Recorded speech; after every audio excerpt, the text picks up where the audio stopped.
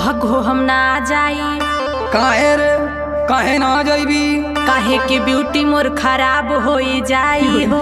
कटी ना गेहूं तलिया के खियाई हो। जेली आयल हवे उहेला के खियाई हो। हाथ में कपलिया के देव अघवाई हो। तोहे हम गेहूं काटे वाली लगत हई। तक कतही कमहारानी जी तू हई का? लेके दहेज आइल बानी नई हरे से।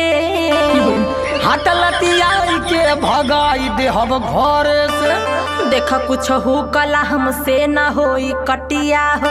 तका दिन भर बैठ के तोड़बू घर में खटिया हो।